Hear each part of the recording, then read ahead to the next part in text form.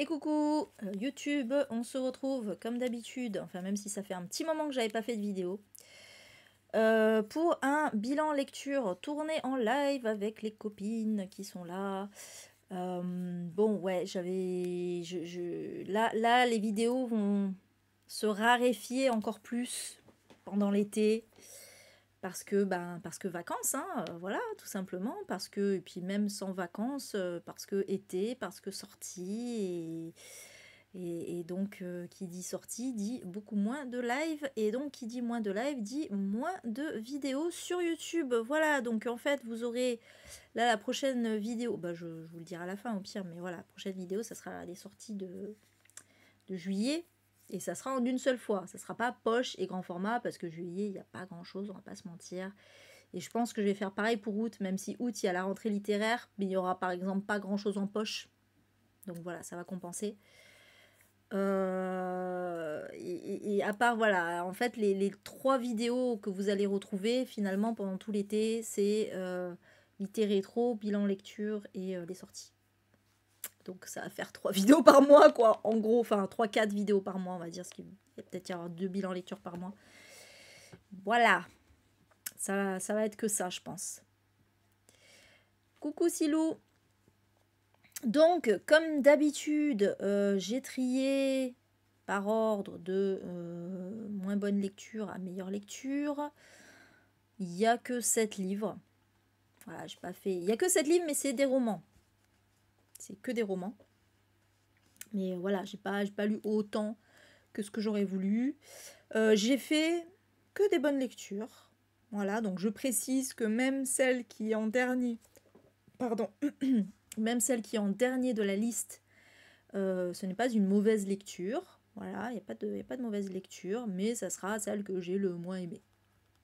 On va pas se mentir, et donc à la fin, vous aurez mon coup de cœur, parce que oui, j'ai eu un gros coup de cœur. Voilà. Allez, ben c'est parti, je vous propose d'attaquer tout de suite, et donc on commence, désolé Magda, mais bon, par rapport à toutes les lectures que j'ai eues, bon voilà, c'est celle qui était un peu en dessous du lot. À l'ombre de nos secrets de Lily Haim, qui m'a été gentiment, adorablement offert par ma copine Magda, parce qu'il était dans ma wishlist, hein, voilà, après c'est moi qui l'ai voulu, hein, j'ai envie de dire, donc... non, mais après, franchement, c'était sympa. Donc, de quoi ça parle?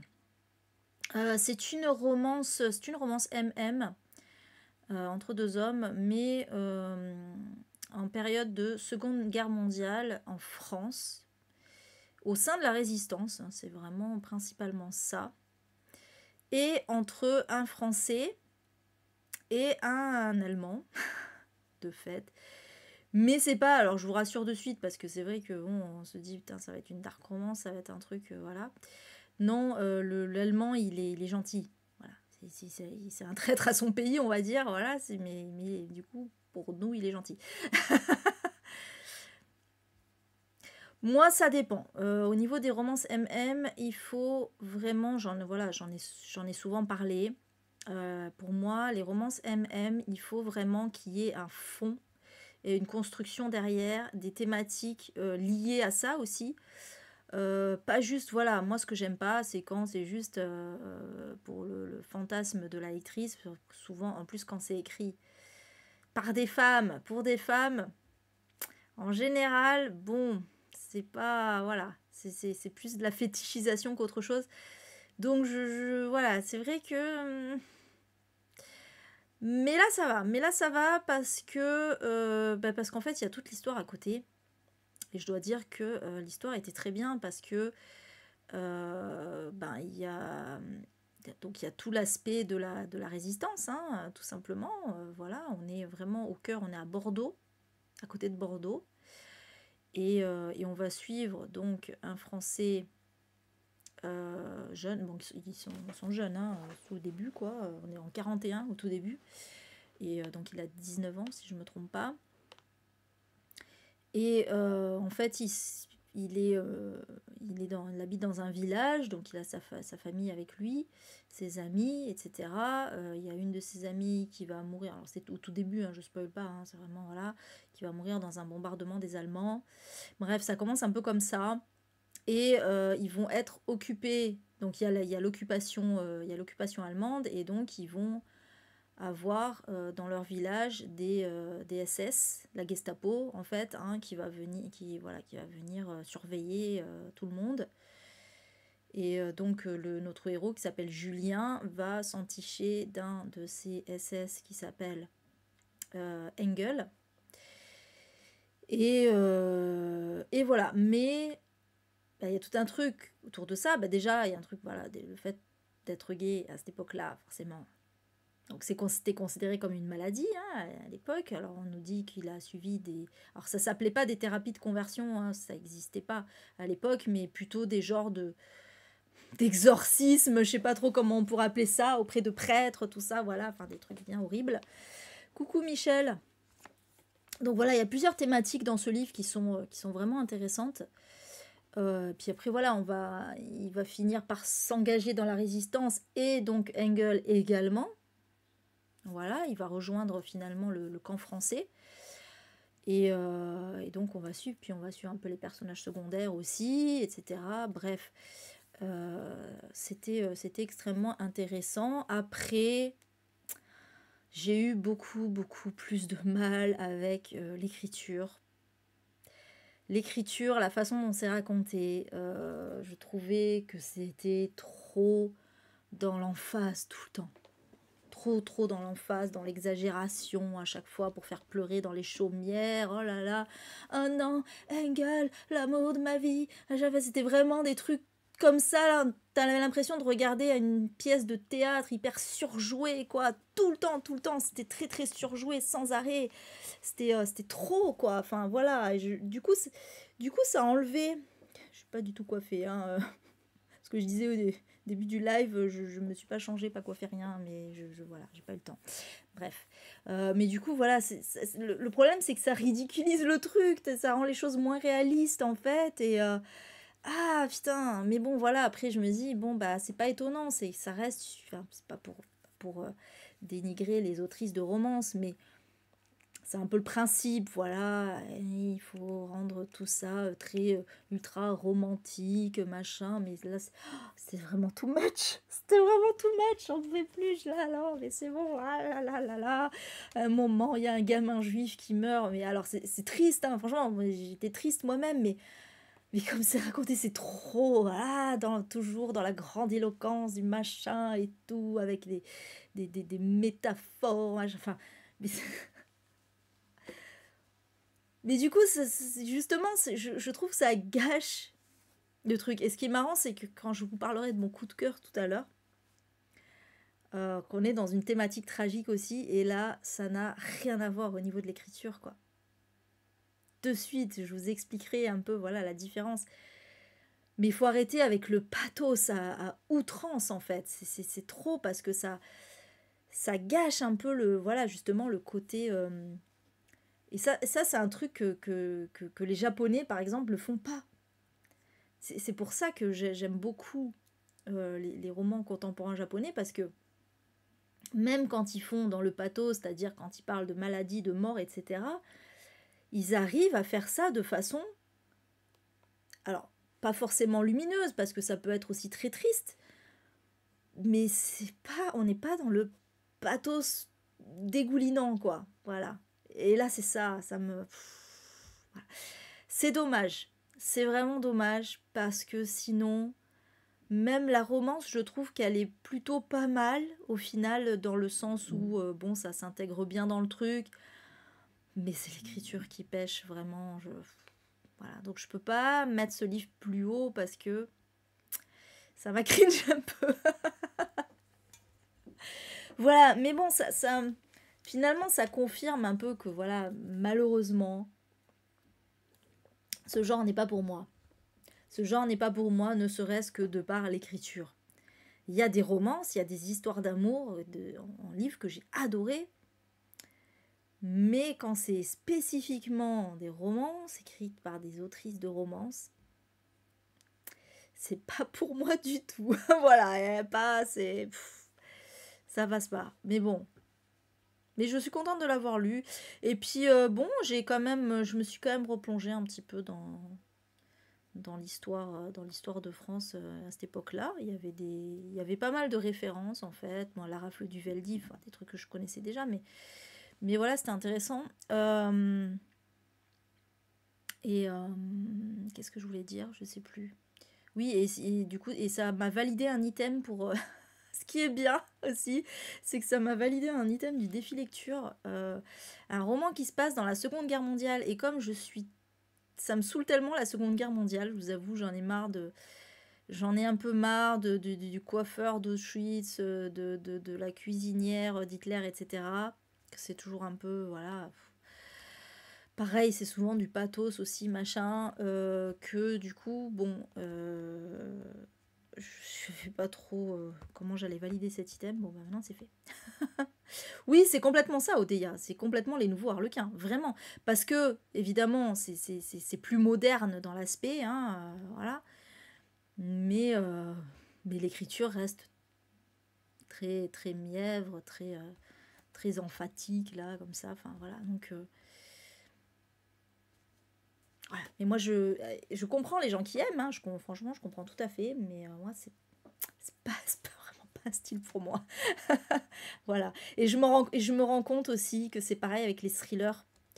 Quand c'est vraiment... je repensais par exemple, bah, quand je lisais, je vous en reparlerai aussi, mais quand je lisais, donc, le fameux coup de cœur dont je vais parler tout à l'heure, je repensais à, à certains thrillers que j'ai lus, notamment par exemple, c'était quoi déjà?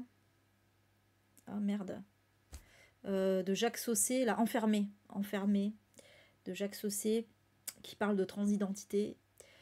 Je repensais voilà, à ces thrillers qui, sous couvert de dénoncer quelque chose et d'être progressiste, tout ça, sont en fait des trucs qui sont extrêmement anxiogènes et qui sombrent totalement dans le pathos. C'est vraiment d'en rajouter, et Karine Gebel, elle est forte pour ça aussi, d'en rajouter des caisses dans la souffrance du héros ou de l'héroïne.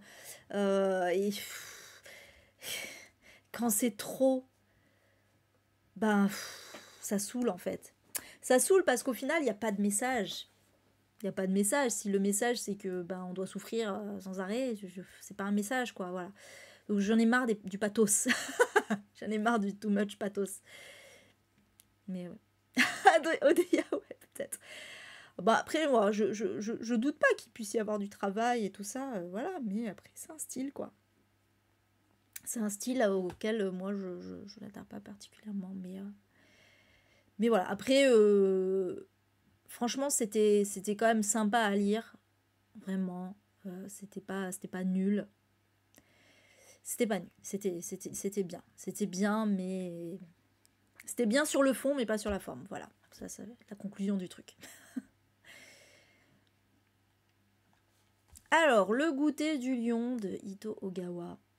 Et oui, assez bas dans le classement aussi, je sais, mais... Comment dire? J'étais un petit peu déçue par ce goûter du lion. Alors, j'ai beaucoup aimé parce que c'est Ito Ogawa, que c'est extrêmement bien écrit, on va pas se mentir, hein, voilà. Là, par contre, voilà, là, pour le coup, au niveau de l'écriture, on est bien. Donc là, il y a du pathos, mais du bon pathos, en fait.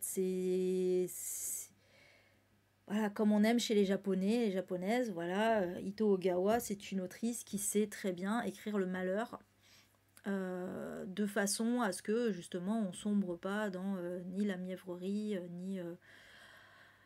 ni les ouin-ouin à outrance, quoi. Le truc, c'est que je pense que la thématique de la maladie, c'est vraiment le truc qui me trigger le plus. C'est fou parce que quand ça parle de viol, de violence conjugale et tout ça, machin, ça me touche énormément. Pourtant, vous savez que c'est des thématiques pour lesquelles, contre lesquelles je me bats. Enfin, je veux dire, voilà, ça fait partie de mes luttes. Et c'est des thématiques que j'aime retrouver dans mes livres. Ça me trigger toujours un peu, forcément, parce que je m'identifie, etc. mais ça me gêne pas de les lire. Par contre, la maladie, je sais pas pourquoi. Depuis, en fait, depuis que ma tante a eu un cancer, je crois que je suis immunisée contre ça. Je sais pas. Et du coup, alors moi, en plus, je me rappelais plus du synopsis du goûter du lion. J'étais persuadée à la base que l'histoire c'était une femme qui faisait le deuil de son mari. Je sais pas pourquoi. Alors que c'est pas du tout ça. C'est pas du tout ça. C'est une femme qui a un cancer et qui va mourir. Voilà. Et j'avoue que j'ai eu du mal. Voilà, c'est vraiment moi, c'est vraiment la thématique, c'est vraiment, j'étais trop trigger par cette thématique et tous les gens. En fait, ce qui se passe, c'est que, pourquoi ça s'appelle le goûter du lion? En fait, elle va rejoindre une maison de repos, en fait, destinée aux personnes en fin de vie, voilà, pour leur permettre de mourir dans des bonnes conditions, etc. Et avec d'autres gens comme eux. Euh, Et donc c'est je crois, je sais plus comment ça s'appelle, la maison du lion, quelque chose du lion, bref. Et le goûter parce que, en fait, à chaque fois, chaque personne doit choisir, chaque résident doit choisir son gâteau préféré, enfin son goûter préféré, en fait, voilà. Et va y avoir une cérémonie où tout le monde va manger ce goûter. Voilà. Pour la petite précision. Faut pas être dans le mou. Et, et donc du coup voilà, on va suivre tous ces gens qui sont malades. Et donc j'étais un petit peu trigger. Voilà. Mais l'histoire est très belle. Voilà, alors Ito Ogawa a ce secret d'arriver à rendre la mort lumineuse et pleine d'espoir finalement. C'est ouf, voilà, parce que même s'il y a des gens qui meurent, qui meurent. Il y a des gens qui mordent aussi, mais même s'il y a des gens qui meurent, la vie continue par ailleurs. Et voilà, elle le montre bien ça, hein, finalement. Il y a comme une idée un peu de transmission. Il y a vraiment beaucoup cette idée dans ce livre de la transmission. Que ce soit de parents à enfants ou d'humain à animal ou de frère à sœur, etc. Enfin voilà, il y a cette idée de transmission de choses, comment, d'état d'esprit, d'amour, de plein de choses comme ça. Voilà, donc c'est très très beau. C'est très très beau, c'est magnifiquement écrit. Mais c'est très déprimant. Voilà. Euh, Voilà. C'est tout ce que je pourrais vous dire. Je sais pas pourquoi. C'est ouf, hein, parce que franchement, des thématiques dures, j'en lis énormément, et souvent je pleure, et souvent je suis très touchée, je suis très voilà, dans l'empathie et tout. Mais ça me va. Enfin, je veux dire, j'aime ce que je lis, j'aime même pleurer, j'aime être touchée. Mais la maladie, y a pas, hein, ça me rebute. Enfin, ça me rebute dans le sens où ça éveille quelque chose de différent en moi, en fait, parce que, je sais pas, ça me ramène à, voilà, à des mauvais souvenirs. Je sais pas. Bref. C'est comme ça. Du coup, je passe à la suite. Ce sera pas mon préféré d'Ito Ogawa, du coup. Alors, celui-ci, Celle qui devint le soleil de Shelley Parker Chan. Donc là, on va être en Chine au 13e, 14e siècle, je sais plus. Merde, j'ai un doute sur le siècle là. Bref, à l'époque où ils étaient dominés par la Mongolie. Voilà. La Mongolie avait envahi la Chine. Et on va suivre au milieu, on va suivre une jeune fille qui, en fait, au début, donc elle vit avec son frère et son père. Et ils sont extrêmement pauvres. En fait, tous les Chinois, du coup, connaissent la famine, hein, parce que voilà, les Mongols leur ont tout pris. Ils sont extrêmement pauvres, ils essayent de se nourrir comme ils peuvent. Et elle sent bien qu'elle est un peu la cinquième roue du carrosse parce c'est une femme, donc elle est complètement inutile à la société. Voilà, c'est vraiment ça. Parce que là même faire des enfants, ça sert à rien parce que tout le monde a faim. C'est tout ce qui compte, c'est de bouffer en fait. Donc à moins d'être bouffée elle-même, c'est tout ce à quoi elle peut servir en gros. Mais comme elle est ultra maigre, bon bah elle a rien à bouffer. Et en fait, donc alors, ça m'a un peu trigger qu'on l'appelle Zou tout le long, parce qu'en fait, Zou, c'est son nom de famille, mais bon, c'est pas grave. L'auteurice, je dis auteurice parce que c'est une personne non-binaire, l'auteurice, on dirait qu'elle a eu du mal avec les noms et les prénoms dans ce livre. C'est très bizarre comment c'est fait, en fait. Je trouve que des fois, ils s'appellent par leur nom, par leur prénom, on ne sait pas trop. Quand ils se présentent, c'est un coup dans un sens, un coup dans l'autre. Enfin, c'est très bizarre. Oui, il est bas dans mon classement. Il y a une raison. Et donc, Zou, bon, on va l'appeler Zou, hein, parce qu'il appelle Zou. Je crois même pas je crois même pas que son prénom soit dit à un moment ou à un autre, en fait. Parce que Zou, c'est son nom de famille, on le sait, puisque son frère s'appelle Zhu Shangba, voilà. Donc, mais Zhu Shangba, ouais, je le prononce pas, parce que je l'écoutais en audio, mais ouais, en plus, ouais, ça m'énerve aussi ça, putain, quand vous lisez des livres audio, essayez quand même d'apprendre les prononciations. Parce que les X prononcés xe, alors que c'est che, et d'autres choses comme ça, c'est... Donc en fait, oui, d'ailleurs, je suis même pas sûre que ce soit Zou, parce que je sais même pas comment c'est écrit. Donc tant bien, c'est même pas ça. Mais bon, on va prononcer, j'ai pas, je l'ai le livre en plus, j'aurais dû regarder comment c'était écrit. Bref, on va l'appeler Zou, l'héroïne. Zou.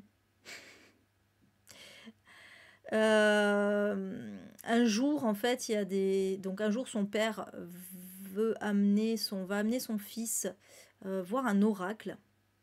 Et l'oracle va lui dire que son fils est destiné à faire de grandes choses. Voilà, il a une pure destinée devant lui. Et Zou, elle va vouloir aussi connaître son destin, même si tout le monde s'en cogne. Et l'oracle, il va dire, ah non, mais vous n'avez aucune destinée, c'est le néant. Ça fait plaisir. Et le truc, c'est que peu de temps après ça, alors que Zou, elle se demande pourquoi elle existe encore, hein, au final, puisqu'elle n'a pas de destinée et que de toute façon, personne n'en a rien à carrer d'elle. Et ils vont être attaqués par des bandits qui vont vouloir les voler et tout ça, alors qu'ils n'ont rien, en vrai, mais bon. Et le père va être tué dans l'histoire. Les bandits vont partir. Et le truc, c'est que le fils, comme il a perdu son père, il est tellement traumatisé qu'il va se laisser mourir. Et Zou, elle va se retrouver toute seule, elle va dire, bon, alors, finalement, mon frère, il avait pas une... il avait pas une destinée si foufinoute, hein, on va pas se mentir. Donc, puisque c'est comme ça, je vais prendre sa place et je vais prendre sa destinée. Et ça va commencer par le fait qu'elle va aller camper devant un monastère jusqu'à ce qu'on accepte qu'elle rentre. Et donc, elle va se grimer en homme, hein, en fait. Et jusqu'à ce qu'on l'accepte au monastère. Et donc, ça va commencer comme ça. Et en fait, dans tout ce livre, on va suivre la destinée de cette héroïne qui a pris la place de son frère. Et qui va un peu gravir les échelons comme ça. Voilà. Donc pourquoi il est pas très très haut dans le classement, parce que j'ai beaucoup aimé cette histoire, mais j'avoue que j'ai eu un peu du mal avec le personnage de Zou, en fait. J'ai eu un peu de mal avec ce personnage parce que elle est totalement égocentrique, en fait. Totalement. En fait, tout ce qui compte pour elle, c'est sa destinée. Et donc, elle va être prête à tout, finalement, pour ça. Et des fois, tu te demandes vraiment quel est le message du livre, en fait. Je sais pas, parce que ça se veut féministe. Mais je sais pas, il y a des fois, c'est pas ouf, quand même, je trouvais, voilà. Et je sais pas, il y a tellement pas d'empathie pour les autres. très peu, un petit peu au début, puis après, ouais, non, en fait, ouais, non, finalement, non. En plus, l'autre truc que j'ai pas aimé dans le livre aussi, c'est que il y a beaucoup de scènes de stratégie de guerre. Et j'avoue que, bon, les stratégies de guerre entre les Mongols et les Chinois, c'était pas la panacée, c'était pas le truc qui m'a hypé de ouf. Et pourtant, j'adore la politique, hein, vous savez, j'adore vraiment la politique. Mais là, on n'était pas vraiment dans de la politique, on était plus vraiment dans des stratégies de guerre, dans des tactiques, dans des trucs un peu, j'allais dire en bas de l'échelle, mais voilà quoi, c'est plutôt des trucs militaires, hein, finalement. Et moi, j'aime pas les trucs de guerre, donc voilà. Et du coup, voilà, c'était extrêmement intéressant parce que je l'ai pas mis plus bas parce que c'est très bien écrit, c'est plutôt historique. Alors, il est classé fantasy ce roman. Pour moi, c'est pas de la fantasy parce que clairement pas de la fantasy parce qu'on est dans notre monde. En plus, hein, on est dans une période de l'histoire qui a réellement existé. Euh, donc clairement pas de la fantasy. En revanche, il y a une touche de fantastique puisqu'il est question d'esprit, voilà. Donc en fait, Zou, elle a un peu le pouvoir de voir les esprits, je crois. Et le truc, c'est que c'est normalement réservé à ce qu'on appelle le prince du soleil. Non, je sais plus. Un petit garçon qui est un peu le chef de tout, parce que un peu comme Little Buddha, enfin voilà, vous voyez le genre de truc. Bref, et donc du coup, ce serait pas très bien vu qu'on voit ses pouvoirs. Bref, il y a tout un petit aspect fantastique comme ça, mais voilà, c'est tout. Donc classé fantastique, je veux bien, mais c'est pas de la fantaisie du tout. Parce qu'en dehors de ça, il n'y a pas de créatures magiques, il n'y a pas... voilà, et on est dans notre monde, et on est dans quelque chose qui a réellement existé, et on est vraiment dans cette lutte entre les Chinois et les Mongols, qui sont tous deux des peuples plutôt guerriers quand même. Et voilà, donc c'était très intéressant pour la partie historique, était vraiment bien. Le côté... Alors, il y a quand même pas mal d'aspects féministes qui sont cool. Il y a une romance... Il y a une romance avec une femme aussi, donc c'est bien. Romance FF, quoi, on va dire. Euh, donc c'était intéressant. Voilà, il y avait plein de trucs bien. Mais voilà, je suis ressortie de là en me disant, ouais, c'était sympa, mais je suis pas forcément de ouf pour lire la suite, quoi. Voilà. Mais, mais c'est un bon livre. C'est un bon livre. Il y a beaucoup d'idées. Il y a beaucoup d'originalité. Voilà. Voilà pour celui-ci. Il est magnifique en plus. C'est vrai. J'aurais aimé l'adorer, mais je l'ai juste bien aimé. Bon, on rentre dans les trucs déjà un peu mieux, que j'ai plus aimé. Donc Oboro et moi de Taine Inukai, qui parle donc d'une jeune fille qui est amoureuse d'un de ses camarades de classe, sauf qu'en fait elle va découvrir que ce camarade est une camarade, puisque c'est une fille trans, donc assignée garçon à la naissance, mais qui s'identifie comme fille. Et le truc, c'est que au lieu de se dire bon ben c'est foutu, je peux pas être amoureuse de lui puisque c'est une elle, ben non, en fait ça va rien changer à son amour pour elle, toujours être amoureuse d'elle, et surtout elle va tout faire pour l'aider à s'accepter en tant que fille trans. Et c'était très très très beau, voilà, c'était typiquement japonais, comme quoi même quand les Japonais s'emparent de thématiques progressistes, ça reste très japonais quand même, c'est fou. Mais vraiment, il y a tout cet aspect, euh, comment dire, ouais, c'est ça, le côté très lumineux, même dans les pires moments, parce qu'évidemment, ça va parler de transphobie, hein, bien sûr, mais c'est toujours tellement plein d'espoir à chaque fois. Voilà, chez les Japonais, ils adorent ça, ils adorent. Et puis très esthétique, toujours très esthétique. Voilà, Parce que même si, donc, Oboro, c'est pas du coup, c'est la fille trans. Ce que j'allais dire, c'est le garçon que l'héroïne aime, mais non, mais du coup, c'est pas un garçon. L'héroïne, elle s'appelle Koharu. Ouais, c'est ça, Koharu. Alors, Oboro, c'est son nom de famille, donc en fait, elle s'appelle Tsubaki. Alors, c'est marrant parce que Tsubaki, en japonais, c'est un prénom mixte. Mais Oboro, en fait, Oboro n'est pas quelqu'un de très beau en soi. En fait, déjà, c'est une personne qui est assez grande et, euh, et aux os assez saillants, en fait, et au dos un peu large. Et ce qui fait que, ben, si elle veut s'habiller en fille, on voit de suite que c'est pas une fille, en fait. Et c'est intéressant pour ça, parce que justement, ça aurait été un peu facile, parce qu'on le voit souvent dans les mangas, par exemple, il y a souvent cette histoire de garçon qui s'habille en fille pour une pièce de théâtre, et tout le monde dit oh là là, mais en fait, il est trop beau en fille et tout, on dirait vraiment une vraie fille. Il y a toujours ce truc-là, vous voyez.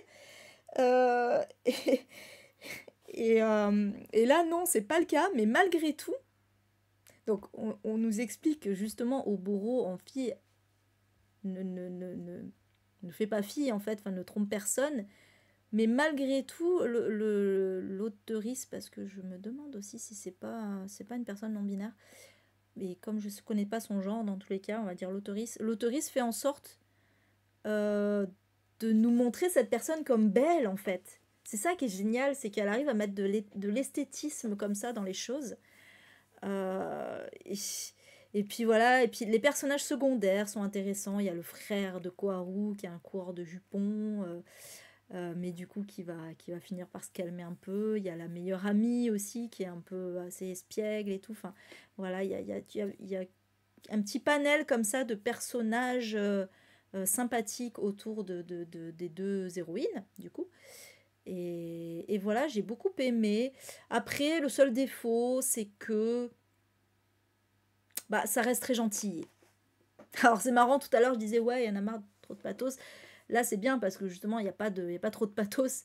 Mais ça reste un peu trop gentillé, on reste un peu en surface quand même, voilà, ça reste très mignon. Mais c'est très mignon. Je me dis que pour des ados, même des jeunes ados, genre 12 13 ans, voilà, des pré-ados qui veulent, euh, à qui on voudrait faire découvrir comme ça ce qu'est la transidentité, etc.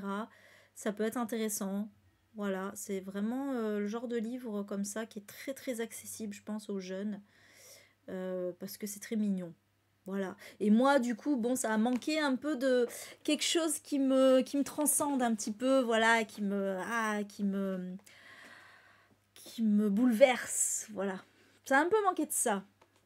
C'était mignonné. Un peu comme, comme certains mangas, comme certains shoujo mangas. Voilà, c'était mignonné. Mais c'était très sympa. Alors, Hong Kong Song de Rina B. Owen, donc, qui m'avait été envoyé par les éditions Keyworld, hein, puisque je suis en partenariat avec elle. Bah écoutez, c'est vraiment le livre que j'ai préféré depuis que je reçois les livres de Keyworld, on va pas se mentir. Parce que les éditions Keyworld, moi j'aime beaucoup, c'est très quali, mais c'est pareil, c'est souvent très gentillé, voilà, souvent très gentillé, c'est des petites romances, c'est du feel good, ça tourne, voilà, le but c'est de tourner un peu autour de la K-pop, des K-dramas, etc. Enfin des trucs un peu populaires en Corée. Quand on aime ça, évidemment qu'on aime lire ce genre de trucs, c'est pour ça aussi que j'aime bien. Mais jusqu'à présent, voilà, j'avais jamais eu vraiment de coup de cœur. Alors c'est pas non plus un coup de cœur, mais c'est mon préféré de tous les livres de Keyword que j'ai lus, parce que celui-là, je trouve qu'il n'y a pas... En fait, j'aime bien cette autrice, Rina B. Owen, parce que déjà, dans Tokyo Scénario, ça m'avait fait ça aussi. Il n'y a pas justement cette écriture dont je parlais au début, là, pour le Lilième. Il y a un peu ça, des fois, hein, dans certains livres de Keyword, parce que, encore une fois, voilà, c'est des autrices souvent qui écrivent de la romance. Il y a un peu ce côté, peut-être, allez, on veut mettre des thématiques dures au milieu pour mettre un peu de pathos. Mais du coup, on n'y croit pas trop parce que ça fait pas naturel en fait. C'était un peu le problème qu'il y avait dans que j'avais pas aimé là dans Idol et Papa à la fois là. Cette duologie, j'avais vraiment pas aimé. Hein, je vous l'avais dit. Hein, voilà, j'avais été honnête et je l'avais dit aussi d'ailleurs sur Insta. Mais c'est le problème qu'il y avait, c'est que ils te mettent des thématiques qui sont intéressantes. Enfin, elle, en l'occurrence, elle met des thématiques qui sont intéressantes, mais ça passe à l'as. Et elle va insister sur des trucs très pathos. Enfin bon, bref. Voilà, ça m'énerve un peu. Et là, il n'y a pas ça dans Hong Kong Song. Je trouve que toutes les thématiques abordées dans Hong Kong Song sont assez réalistes. Et même la romance, je trouve qu'elle est très très bien. Parce qu'évidemment, il y a une romance quand même, hein, sinon ce serait pas... Voilà. Mais la romance, elle est très bien amenée, elle est bien foutue. Et on n'est pas du tout dans le truc mièvre, voilà. Et puis la romance, elle est vraiment en second plan du truc. Pour le coup, là, vraiment, on peut pas dire que ce livre soit une romance. Déjà, il n'a pas vraiment les codes de la romance, d'une part, et de deux, c'est pas le sujet principal du roman. La romance, elle est en toile de fond, quoi. Le sujet principal, donc, c'est... Est-ce que je me souviens de son prénom? Ting Shu. Ting Shu, voilà. Ting, on va l'appeler Ting, parce que d'ailleurs, il l'appelle Ting dans le truc. Alors pareil, les noms, les prénoms, là, c'était pas très clair, hein, j'ai envie de dire, mais bon. C'est pas grave. Rina Beouen n'est pas une coréenne, et malheureusement, ça se voit sur certains aspects. Donc Ting, en fait, elle est membre, au tout début, elle est membre d'un groupe de K-pop. Mais le souci, c'est qu'il y a eu un scandale autour de ce groupe. Et on va mettre fin à leur contrat de façon assez impérieuse. Et le truc, c'est que elle s'est... voilà, elle, c'était son rêve de faire de la musique. Elle était ravie d'être dans ce groupe. Elle avait accompli un peu voilà, ce qu'elle voulait faire. Elle était épanouie. Mais voilà, donc elle se retrouve sans rien du jour au lendemain. Et en fait, elle n'a qu'un seul choix, c'est de retourner vivre chez ses parents. Et il se trouve que Ting n'est pas coréenne, elle est hongkongaise, d'où le titre. Hein, et elle va retourner donc chez ses parents à Hong Kong. Et il se trouve que ses parents sont... son père est à la tête d'une grande industrie hongkongaise. Vous savez qu'il y a beaucoup de grosses entreprises là-bas, quoi. De patrons très riches. Mais elle, voilà, elle a toujours voulu se détacher de tout ça, justement. Hein. Bon, c'est un peu cliché hein, sur cet aspect-là, mais bon. Et donc, elle retourne chez ses parents. Et en fait, elle va donc les dégoûter parce que elle est obligée. Alors en plus, c'est très comment dire, c'est très protocolaire. Même dans la famille, même au sein d'une même famille, ils sont très très protocolaires là, les Hongkongais. Voilà, il faut se saluer comme ça. C'est limite si elle vous voit pas ses parents quoi. Mais vraiment avec des phrases toutes faites, etc. Il faut être bien élevé, il faut être bien habillé, il faut aussi, il faut mis. C'est intéressant parce que du coup, voilà, ça montre vraiment cet aspect comme ça assez traditionnel là-bas, assez aseptisé. Voilà. Et donc, ouais, elle est un peu en PLS, quoi. Elle se dit, bon, qu'est-ce que je vais faire maintenant voilà. Elle va reprendre l'entreprise de papa, bon, bof, quoi. Et puis, elle va recevoir une lettre d'une amie de ses parents qui va lui demander de venir chanter dans une réception. Alors, je ne sais plus pour quel événement c'est. Et donc, du coup, elle va se dire, au moins, pourquoi pas, au moins... Enfin, elle hésite, hein, mais bon, ouais, comme ça fait faire de la musique, quoi. Et puis, en plus, ses parents lui disent, oh là là, mais il faut absolument que tu acceptes. Parce que c'est aussi, voilà, c'est des amis des parents, mais ils sont aussi à la tête d'une grosse entreprise. Et eux, ce qu'ils veulent, c'est faire affaire avec eux. Et donc, du coup, ils envoient leur fille un peu au casse-pipe. Et c'est là qu'elle va retrouver, parce qu'en fait, elle le connaît très longtemps avant, le fils donc de l'autre famille. Et donc voilà, d'où la petite romance, etc. Mais voilà, c'est vraiment très secondaire. Et en fait, voilà, ça va vraiment tourner parce qu'au final, il va se passer pas mal de choses. Je vais pas vous raconter, évidemment. Mais j'ai beaucoup aimé parce que il y a des petites intrigues, des petits suspens, des petites révélations sympathiques. On est beaucoup autour, voilà, de ce protocole entre familles hongkongaises. Il y a des thématiques que je peux pas vous dire parce que justement ça fait partie un peu des révélations. Et puis on est un peu aussi, alors et ça parle aussi beaucoup de l'industrie musicale en Corée. Voilà, alors bon évidemment je commence à connaître maintenant. Mais il y a cet aspect-là aussi, puisqu'on revient sur le groupe dans lequel elle était, et donc on va parler un petit peu des dessous, etc. là-dedans. Voilà, ça parle pas mal des réseaux sociaux aussi. Enfin voilà, il y a pas mal de thématiques, mais ce qui est bien, c'est que c'est pas, tu sens que c'est pas des thématiques qui ont été jetées comme ça. Allez, je vais mettre ça histoire de faire pleurer dans les chaumières ou histoire de faire un suspense, etc. Toutes ces thématiques sont vraiment bien travaillées et assez réalistes. Du coup, franchement, je me suis prise à vraiment bouffer ce livre. Alors, il est assez court, hein, en vrai, il fait 220, 230 pages. Donc, je l'ai bouffé. Vraiment, je l'ai lu très très rapidement, mais j'ai beaucoup aimé. Voilà, donc voilà pourquoi il est assez haut dans le classement. Il n'y a plus personne qui parle dans le chat depuis tout à l'heure. En plus, comme j'ai plus le nombre de personnes, si ça se trouve, je suis toute seule. C'est pas grave. Je suis avec YouTube, en tout cas, c'est déjà ça. Si quelqu'un me regarde. Mais voilà. Mais ouais, mais donnez signe de vie des fois quand même, les filles, parce que ça fait peur. Alors peut-être, je me doute que peut-être ça vous intéresse pas, mais quand même.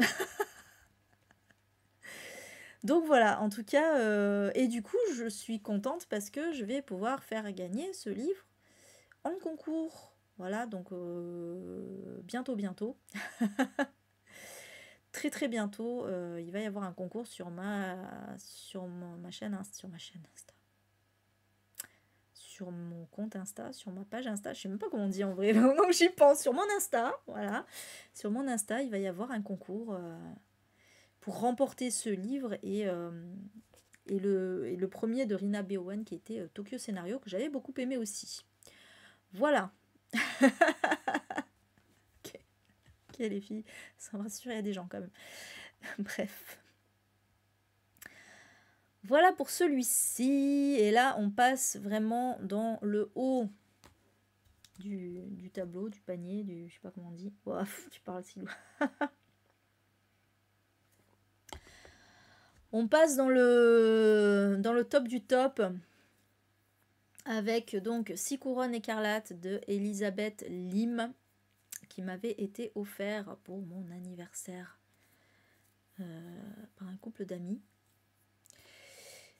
et que j'ai vraiment adoré. Que j'ai vraiment adoré. C'est gentil.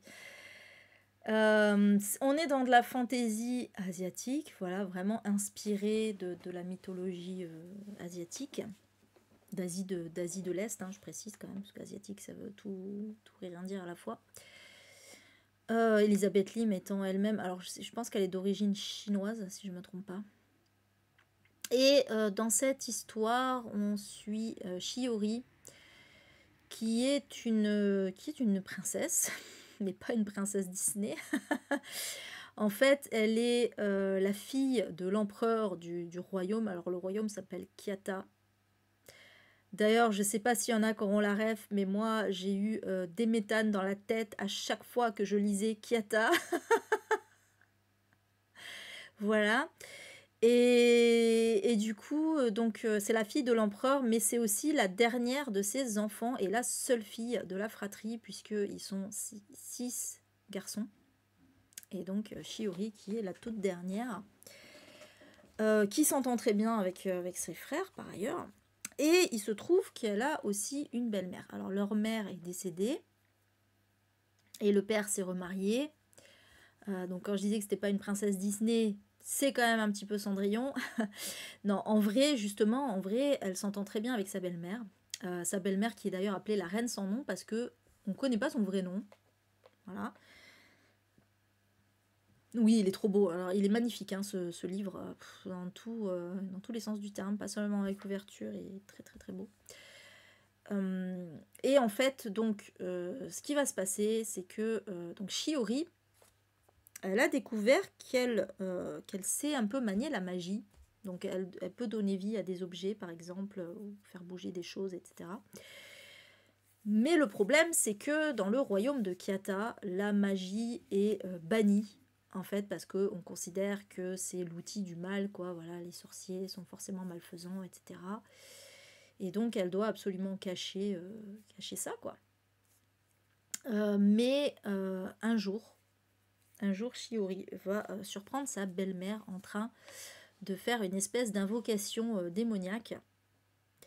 Et donc, elle va en conclure que sa belle-mère est un démon parce que, en fait, voilà, apparemment, alors les démons, a priori, sont plus dans le royaume, mais voilà, il y avait des démons avant, et donc, justement, la magie est liée à ça aussi. Et donc, elle va vouloir prévenir ses frères. Donc, elle va être évidemment sous le choc parce que, comme je disais, elle s'entendait quand même bien avec sa belle-mère. Mais voilà, ce qu'elle a vu ne laisse aucune place au doute. Et le truc, c'est que la belle-mère va l'empêcher de prévenir tout le monde, en fait, et pour ça, elle va lui jeter un sort. Elle va transformer les frères, parce qu'elle a quand même réussi à parler aux frères, même si les frères vont pas spécialement la croire sur le moment, mais elle va transformer les frères en grues, donc l'oiseau, c'est ce qu'on voit sur la couverture, là, les 6 grues, c'est les 6 frères. Et elle va plaquer un espèce de bol sur la tête de Shiori, en fait, pour un peu masquer son visage, qu'elle pourra pas enlever. Et elle va lui dire, si jamais tu parles, pour chaque mot que tu vas prononcer, l'un de tes frères va mourir. Et donc forcément, Shiori, elle va s'empêcher de parler, mais le souci, c'est qu'elle pourra rien dire à personne, et on va plus la reconnaître, parce qu'elle va être... elle va la bannir, en fait, la belle-mère va la bannir. Et donc, en fait, elle va prétendre que tous les enfants ont disparu. Parce que les garçons ont été transformés en grues, et donc l'autre est bannie du château. Et va commencer donc une longue quête pour Shiori pour arriver à briser, donc pour trouver un moyen de briser ce sortilège et de dire qui elle est en fait. Et c'était tellement génial, c'était tellement génial. Y a un peu tout dans ce roman parce que donc il y a évidemment voilà le côté fantasy, le côté mythologie, il y a des dragons dedans aussi, voilà, il y a tout un tas de choses, il y a un bestiaire. Il y a le côté donc évidemment quête, voilà, donc elle va se retrouver, donc elle va repartir du total bas de l'échelle à être une pauvre servante maltraitée pour au final un peu gravir les échelons en fait. Voilà, je ne vais pas tout vous raconter, mais elle va se retrouver elle va réussir en fait à intégrer en tant que servante le château de son ex-fiancé. Voilà, il y a toute une histoire autour de ça, je vous en dis pas plus, mais c'est extrêmement intéressant. Il y a des personnages, il va y avoir pas mal de révélations sur des personnages. Elle va apprendre beaucoup de choses en tant que servante, voilà. Il va y avoir tout un aspect conspiration. Il va même y avoir un meurtre dedans avec une enquête. Donc évidemment, tout est lié, hein, c'est pas juste on fout ça comme ça. Et oh là là, mais pareil, je l'ai bouffé, mais c'était tellement prenant, c'était tellement épique. Et en plus, il y a même une romance, et franchement, cette romance, elle était trop bien. Pour le coup, j'ai adoré la romance, parce que, je sais pas, c'était tellement petit à petit, et en plus, je m'attendais pas à ça, parce que moi, je m'attendais à une autre romance, en fait. Et c'est bien parce que du coup, ça m'a un peu pris à rebours du truc. Et pas à rebours, plutôt à revers. C'est mieux. Et voilà, elle est très très bien amenée cette romance, et surtout elle est très très belle. Pour le coup, voilà, c'est rare que je dise qu'une romance est très belle, mais là c'était très beau. Voilà, ouais, un petit peu, Michel, il y a un petit côté Nils Holgersson. Non, c'est pas des cygnes, c'est des oies sauvages, mais bon, je vois ce que tu veux dire, quoi. Il y a un petit côté comme ça. Mais là, c'est des grues. Et les 6 couronnes écarlates, c'est parce que, en fait, ces grues ont justement des cercles rouges comme ça sur la tête. Et il y a d'ailleurs, c'est parce que ces oiseaux existent vraiment. Et il y a justement une légende qui est racontée par rapport aux couronnes écarlates. Enfin voilà, c'est très joli. Il y a beaucoup de choses très belles dans ce roman. Voilà. Et en plus, pour le coup, je me suis beaucoup attachée à l'héroïne. C'est rare, enfin c'est rare, non, c'est pas rare. Il y a beaucoup d'héroïnes que j'adore, mais je veux dire, c'est pas une héroïne cliché en fait. C'est pas une héroïne cliché. Elle est ni méga badass, ni super naïve. Euh, Elle est équilibrée en fait. Elle est équilibrée, elle est humaine, et du coup on y croit plus facilement en fait. Et en plus c'est intéressant parce que bon, c'est quand même une princesse à la base. Elle est même un petit peu pourri gâtée au final. Et donc c'est bien de la voir repartir du bas de l'échelle. Et ben oui, du coup tu vas comprendre ce que c'est que d'être voilà, de n'être rien, hein, voilà, c'était vachement bien pour ça. Et j'ai bien aimé aussi le fait qu'elle soit extrêmement gourmande, qu'elle adore bouffer. Ça a beaucoup de place dans le livre, ça parle beaucoup de bouffe. Et j'aimais bien cette idée-là aussi, voilà. Voilà, donc c'était vraiment bien ce livre, il y a tout dedans, et j'ai kiffé, voilà. Pourtant, je suis pas une grosse fan de fantasy, mais là, c'était vraiment prenant. Et j'ai aimé tous les personnages. Et en plus, bah, évidemment, hein, vous vous en doutez, il va y avoir des personnages gris, des personnages méchants qui sont en fait gentils, inversement. Enfin voilà, il y a tout un truc comme ça, c'est très intéressant. Voilà.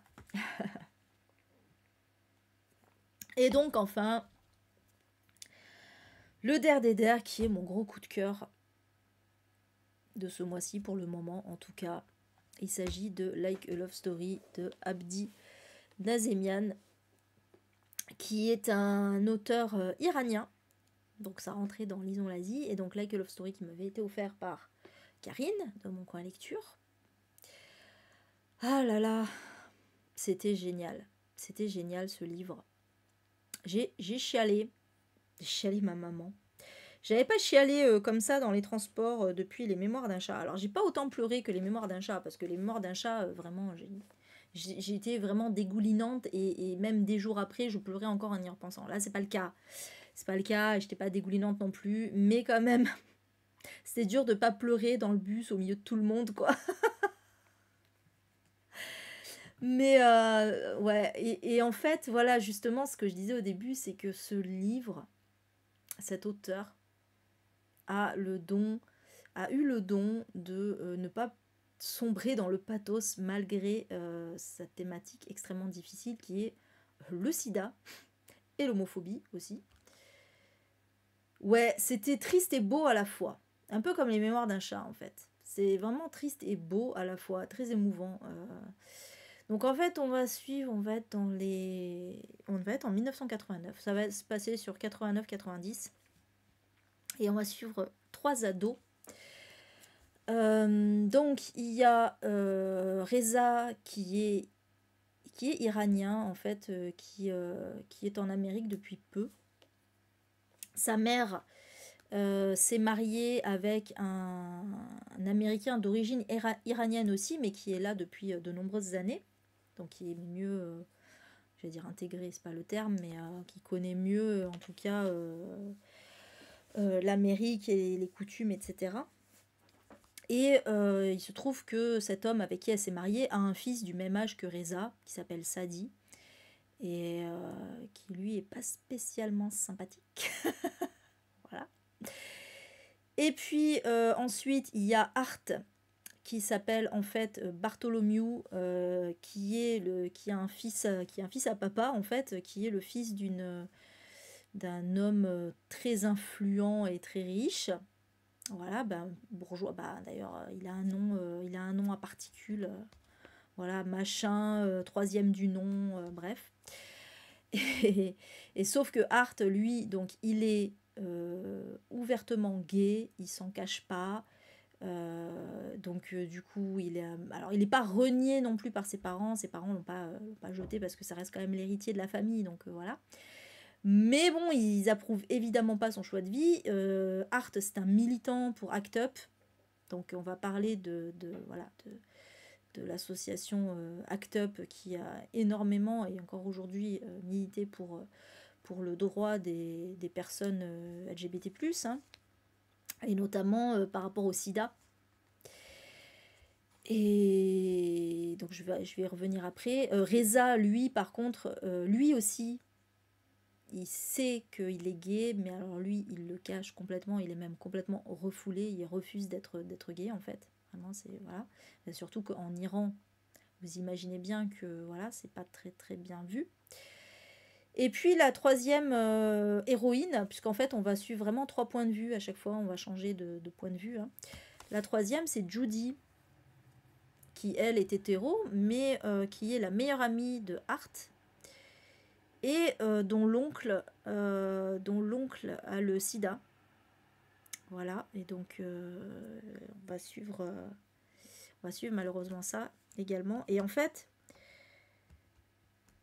il y a une petite romance entre Reza et Hart, mais encore une fois, pareil, ça va pas être le truc central, puisque en fait, le truc central, au final, bah, c'est le sida, parce que, donc, d'un côté, on a Judy et Hart qui vont être très très affectés par la maladie de Stephen, donc l'oncle de Judy, qui est un peu un père de substitution aussi pour Hart. Et le truc, c'est que en fait, autour d'eux, il y a beaucoup de personnes qui sont déjà mortes du sida. Parce qu'à l'époque, on est en 89, il n'y avait pas encore de traitement qui maintenait longtemps les malades en vie, quoi, et en santé relative, on va dire. Les gens tombaient vraiment comme des mouches, quoi. Voilà, t'avais le sida, c'était fini, c'était vite, très vite terminé, malheureusement. Et du coup, ouais, voilà, ils ont perdu beaucoup de monde autour d'eux, c'est compliqué. Et on va vraiment suivre le militantisme de Stephen et de Hart, principalement, pour ACT UP. Et donc, en fait, parce que le but dans tout ça, c'est de montrer que l'homophobie, c'est pas le sida qui tue les homos, c'est l'homophobie, en fait, puisque à cause du fait que on considère que le sida ne touche, parce que même encore à l'époque on considérait que c'était quelque chose qui ne touchait que les gays ou presque, voilà, c'était le cancer gay entre guillemets, et donc les gens s'en foutaient en fait. Surtout que l'église, parce que évidemment l'église, là on est aux États-Unis, l'église est extrêmement présente, on le rappelle, les États-Unis ne sont pas un pays laïque. Euh, et l'Église, évidemment, condamne l'homosexualité et surtout prétend que le sida, c'est quelque chose qui a été envoyé par Dieu pour punir les gays. Voilà, tout simplement. Et donc, qu'est-ce qui se passe? Il se passe qu'il n'y a pas de recherche, il y a très peu de recherche pour lutter contre le sida. On laisse les gens crever. Voilà. Et en gros, c'est... Je crois que c'était vraiment ça le plus dur en fait à lire dans ce livre, c'est que vraiment on laissait les gens crever, quoi. Voilà. On commençait à parler du préservatif et tout ça, ok, mais rien n'était fait pour les aider, quoi. Et rien n'était fait en guise de prévention et tout ça. Enfin voilà, c'était vraiment horrible. Et donc dans tout ça, et donc il y a aussi évidemment Reza qui est Reza est un personnage extrêmement intéressant parce que Reza donc découvre son homosexualité. En soi, il n'a pas de problème avec le fait d'être gay dans le sens où, euh, en plus, il est attiré par Hart. Il refoule pas ça en fait. Ce qui refoule, c'est Ce qui refoule, c'est l'homophobie qui lui est faite, en fait. C'est ce dont il a peur. Il a peur de deux choses. La chose la moins importante, on va dire, c'est cette homophobie. Surtout qu'il a son demi-frère, enfin, par alliance, qui est assez homophobe, pour le coup. Voilà, le fait d'être regardé, d'être mis à l'écart, d'être harcelé en cours, etc. Mais la chose dont il a le plus peur, Reza, c'est le sida. Et en fait, il est persuadé, parce que à l'époque, il y avait encore beaucoup de clichés là-dessus, même si on avait dit officiellement, c'était dit que le sida ne se transmettait que par le sang et le sperme. Ouais, c'est ça, que par le sang et le sperme. Donc, on ne peut pas attraper le sida en touchant les gens. Même en embrassant les gens, on ne peut pas attraper le sida. Alors, il faudrait, à moins d'avoir des plaies et tout ça, mais bon, voilà. Mais Reza, il a encore cette peur intrinsèque comme ça que ben, s'il fréquente des personnes homosexuelles, il va attraper le sida. Et rien que pour ça, il veut pas admettre qu'il est gay. C'est vraiment le truc, c'est vraiment sa hantise dans le truc. Voilà, je veux pas mourir. Il voit, voilà, surtout quand il rencontre Stephen, voilà, qui est très marqué par sa maladie et tout ça. Il a extrêmement peur. Et après, il refuse même de le voir et tout. Enfin, voilà, il y a tout un aspect comme ça. C'est... et ce roman est extrêmement poignant parce que tu sais que tout ça a existé. Et existe encore un peu, puisque bah, le sida est toujours là, et l'homophobie est toujours là, hein, d'ailleurs aussi, malheureusement, et ACT UP aussi, et le militantisme aussi. Mais à l'époque, c'était vraiment horrible, quoi. Et ces ados-là ils n'ont pas une vie comme nous, on a pu avoir ados. Eux, ils avaient peur de mourir aussi, voilà, c'est clairement, vraiment, voilà. Et bah oui, Steph, bah là, puis là, on le voit, enfin, c'est pas présenté comme quelque chose de sympathique. Mais par contre, il y a un truc que je trouve génial aussi dans ce livre, c'est qu'au-delà donc d'être vraiment bouleversant par rapport à cette thématique du sida, de l'homophobie, de la peur comme ça, c'est que l'auteur jamais ne tombe dans le pathos à outrance. Jamais, jamais. En fait, il y a plein de moments dans le livre où je me suis dit, oh non, là il va faire ça. Parce qu'il pourrait faire ça, donc il va le faire. Parce que du coup, ça va être encore plus dur pour les personnages. Ben non, il sombre pas dans cette facilité-là. À aucun moment. Ouais, c'est vrai, putain, Philadelphia, quel film. C'est vrai, ça fait un peu penser à ça. À aucun moment, l'auteur ne va tomber dans la facilité scénaristique qui consiste à rajouter encore des malheurs gratos, en fait. Euh, il se concentre vraiment sur ces thématiques-là. Alors, il y a aussi un espèce de triangle amoureux qui va s'instaurer, qui va être... voilà, mais bon, ça, c'est à la limite, c'est un peu secondaire. Mais sinon, voilà, il aurait pu, par exemple, mettre... Il y a eu des moments où il y aurait pu y avoir un viol, il y a eu des moments où il y aurait pu... je sais plus, enfin... Il aurait pu rajouter des trucs comme ça, mais il le fait pas. Il le fait pas parce que son but, c'était pas de faire un livre, comment dire, un livre qui trigger les gens, quoi. Son but, c'était pas de faire un livre pour faire pleurer dans les chaumières. Son but, c'était de faire un livre pour parler de cette époque-là qu'il a lui-même vécu. Alors, je crois pas qu'il ait eu le sida, hein, qu'il ait le sida, l'auteur, mais par contre, il explique qu'il avait donc alors lui il était peut-être un peu plus vieux, il était adolescent un peu plus dans les années 80 en tout cas, mais que du coup il a connu cette période et que voilà, et à quel point ça a été dur pour lui et du coup voilà, c'est ce qu'il veut raconter un peu aussi. Et jamais, à aucun moment, voilà, il va vraiment choisir la facilité de mettre des trucs euh, de rajouter encore des épreuves en fait gratos sur les héros. Et par contre, à la place, il va mettre des choses extrêmement positives et pleines d'espoir aussi. C'est ça qui est beau et c'est ça qui m'a fait pleurer le plus finalement. Parce que moi, quand je pleure, j'ai remarqué, c'est pas tant parce que quelque chose est triste, c'est aussi parce que dans cette tristesse, il va y avoir un espoir quelque part en fait. Et là, je me rappelle, je crois que ouais, il y a une scène d'enterrement, etc. Mais où les gens sont tous habillés avec des couleurs vives et ils se mettent à danser et tout. Il y a une belle communion comme ça entre les personnages. Et là, j'étais en larmes parce que j'étais là, mon Dieu, mais c'est tellement beau comme c'est raconté. Il y avait plein de choses comme ça. À un moment, en fait, Art, c'est un grand fan de Madonna. Ah oui, alors Madonna, justement, je vais y revenir, mais voilà, Art, c'est un grand fan de Madonna et il transmet sa passion à Reza.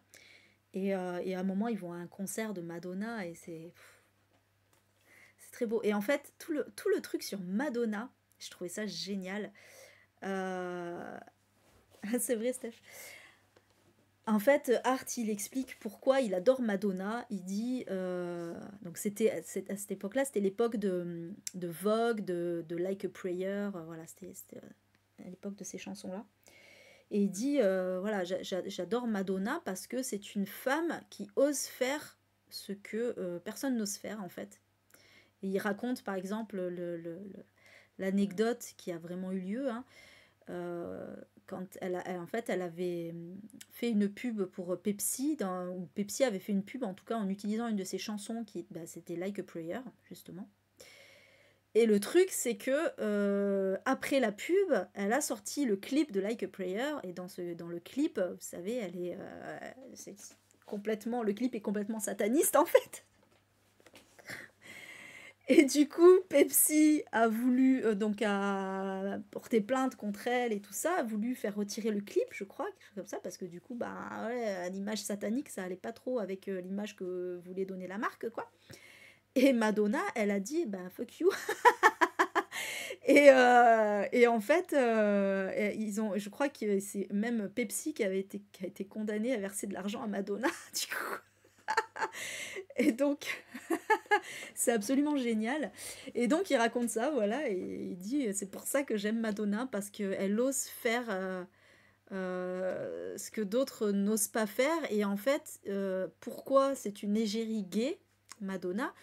Ben parce que c'est à l'image de toutes les, justement, tous les gays qui voudraient être des divas comme Madonna et laisser parler un peu comme ça ben, tout ce qu'ils ont en eux en fait, hein, voilà.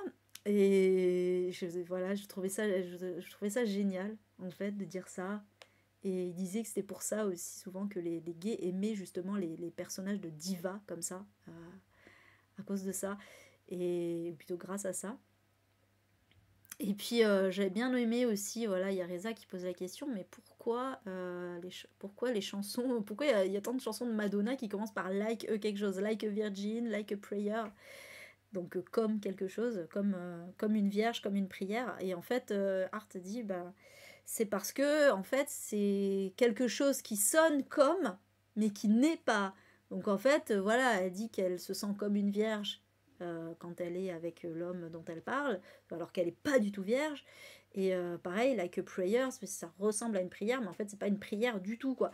Et il dit ça, et du coup, d'où le titre Like a Love Story, puisque en fait ça va être un peu tout le sujet du truc, de dire ben voilà, c'est comme une histoire d'amour, sauf que en fait bah, c'est une histoire de sida quoi, hein, voilà, bref, il y a plein de choses comme ça qui sont extrêmement bien foutues dans le livre. Voilà, donc vraiment, parce que j'ai vu que c'était réellement un young adulte, pour un young adulte, je l'ai trouvé extrêmement fort, puissant, émouvant, euh, très bien foutu, historiquement vrai. Il y a énormément de personnalités qui sont citées. Alors Reagan, il en prend plein la tête, hein, parce qu'à l'époque c'était le président Reagan qui était très très conservateur, hein, voilà. Voilà, les happenings par Act Up et tout, voilà, c'est génial. Franchement, voilà. Fabuleux ce livre, fabuleux. Je suis tellement ravie de l'avoir lu et je ne saurais que vous le conseiller. Et Voilà, bah, de young adulte, en fait, il a évidemment ce côté un peu naïf de l'adolescence, finalement. Voilà, on suit quand même des adolescents. Judy, par exemple, elle est plus un peu obnubilée par le fait qu'il n'y a personne qui va aider. Alors, il y a cette thématique aussi de Judy qui est en surpoids, justement, et donc qui va subir la grossophobie. Mais pareil, il va y avoir des choses très très positives aussi autour d'elle. C'est une artiste, elle crée des vêtements et tout ça. Enfin voilà, il y a plein de choses. Mais voilà, elle a envie de trouver l'amour et tout, machin, mais en même temps, bon, elle est quand même très impliquée dans le truc parce que c'est quand même son oncle qui est en train de mourir. Enfin voilà, il y a plein de choses. C'est trop bien. Ah, c'est trop bien, je pourrais en parler des heures, je crois. Je pourrais analyser ce livre en long, en large et en travers, tellement il y a de choses. Et voilà. Mais j'ai bien chialé. J'ai bien chialé. On peut bien le dire. Mais pour du bien, parce que oui, c'est extrêmement triste. C'est extrêmement triste parce que, bah voilà, c'est le sida, tout ça, machin. Ça finit pas forcément bien. Alors, je ne veux pas spoiler ou quoi, mais voilà. Mais il y a une grosse note d'espoir. Il y a beaucoup de choses positives et lumineuses dans ce livre. Et ça fait du bien aussi, quelque part. Voilà, donc c'est top. Voilà. Voilà pour mon bilan lecture. Sinon, où j'en suis de mes lectures en ce moment pour terminer la vidéo. Donc, en audio, j'ai attaqué Cemetery Boys, qui est un SP de Ned Gallet. Voilà, c'est le mois des fiertés, hein, donc forcément, je suis beaucoup dans ces thématiques-là, mais là, donc, on va suivre un garçon transgenre latino qui, en fait, dans sa famille, on a la capacité de voir les esprits. Et du coup, ça va beaucoup tourner autour de ça. Et donc, et justement, ils habitent dans un cimetière, d'où le terme. Et en fait, ce qui va se passer, c'est que donc il s'appelle Yadriel, voilà. Et Yadriel, un jour, en fait, donc toute la famille va sentir que l'un d'entre eux est mort. Il a disparu, en fait, mais ils vont avoir l'instinct, parce qu'ils le sentent, ils peuvent le sentir, qu'il est mort. Et ils vont tous se mettre en quête pour le retrouver, dont Yadriel. Et en fait, en essayant d'invoquer l'esprit c'est son cousin hein, qui a disparu, l'esprit de son cousin, il va invoquer l'esprit d'un autre gars qui a rien à voir avec tout ça. C'est un peu, il y a un peu d'humour aussi dedans. Et voilà, et j'en sais pas plus. J'en sais pas plus pour le moment. Pareil, j'ai pas regardé le synopsis avant de l'écouter. Je sais pas, il y a plus d'images. Qu'est-ce qui se passe? J'ai peur là. Tu me fais peur. Bon après, sur YouTube, ça posera pas de problème, hein, puisque tant que je me vois, c'est que vous me voyez sur YouTube. Ah non, d'accord, ok, j'ai eu peur. Je croyais que tu me disais que moi, on me voyait pas.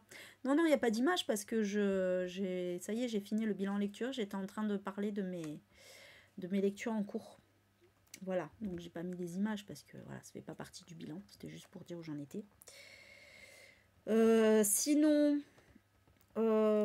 qu'est-ce que je lis? Bah, je suis en train de lire Confession d'un masque de Yukio Mishima. Mais pareil, je dois en être à 20%. J'ai pas eu le temps de trop lire dernièrement. Putain, j'ai hâte de vous en parler parce que déjà, je suis qu'à 20% de Confession d'un masque, mais il y a déjà tant de choses à dire. Yukio Mishima, il est quand même hallucinant. Hein. Je dirais pas. Je dirais pas que franchement, je peux clairement pas dire que j'admire la personne, honnêtement, parce que justement, je trouve la personne limite problématique en réalité. Mais, mais justement, ça va être extrêmement intéressant. Alors, je trouve qu'il est génial dans son écriture, hein, mais ça va être extrêmement intéressant d'en parler. Mais alors, il y a des trucs. Parce que je rappelle, Confession d'un masque, en fait, c'est une autobiographie de Yukio Mishima. Et Yukio Mishima, c'est un auteur gay qui s'est donné la mort, en fait, en se faisant seppuku. Donc, avec les sabres, voilà, tac, tac. Et de façon en plus extrêmement, comment dire, il s'est complètement exposé, enfin il a complètement exposé sa mort en fait, hein, voilà, c'était en représailles suite à un discours qu'il avait fait et qui n'avait pas du tout été apprécié, et voilà, et en fait le truc le plus fou dans cette histoire, c'est que Yukio Mishima n'était pas un progressiste. Yukio Mishima était un total conservateur, et ça se ressent un peu dans le... Donc du coup, il parle librement de son homosexualité, mais il en parle de façon assez particulière. Et donc du coup, voilà, je vous en reparlerai évidemment dans un prochain bilan lecture quand j'aurai terminé le livre. Ouais, t'as loupé la fin, mais c'est pas grave. De toute façon, hein, tu pourras voir le replay éventuellement.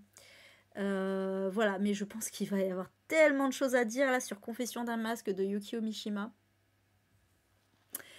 Bref, donc voilà, c'est là, pour l'instant, j'ai que ces 2 livres-là en cours. Je sais pas encore si demain je prends ma liseuse ou si je prends un livre papier, on verra. Voilà, c'est tout pour ce bilan lecture, en espérant que ça vous ait plu. Et donc, bah, la prochaine vidéo, ça sera pas avant la fin du mois, hein, ça sera les sorties de juillet. Voilà, tout simplement. Sur ce, je vous dis à bientôt sur YouTube. Et ben c'est tout. Bisous. Ciao.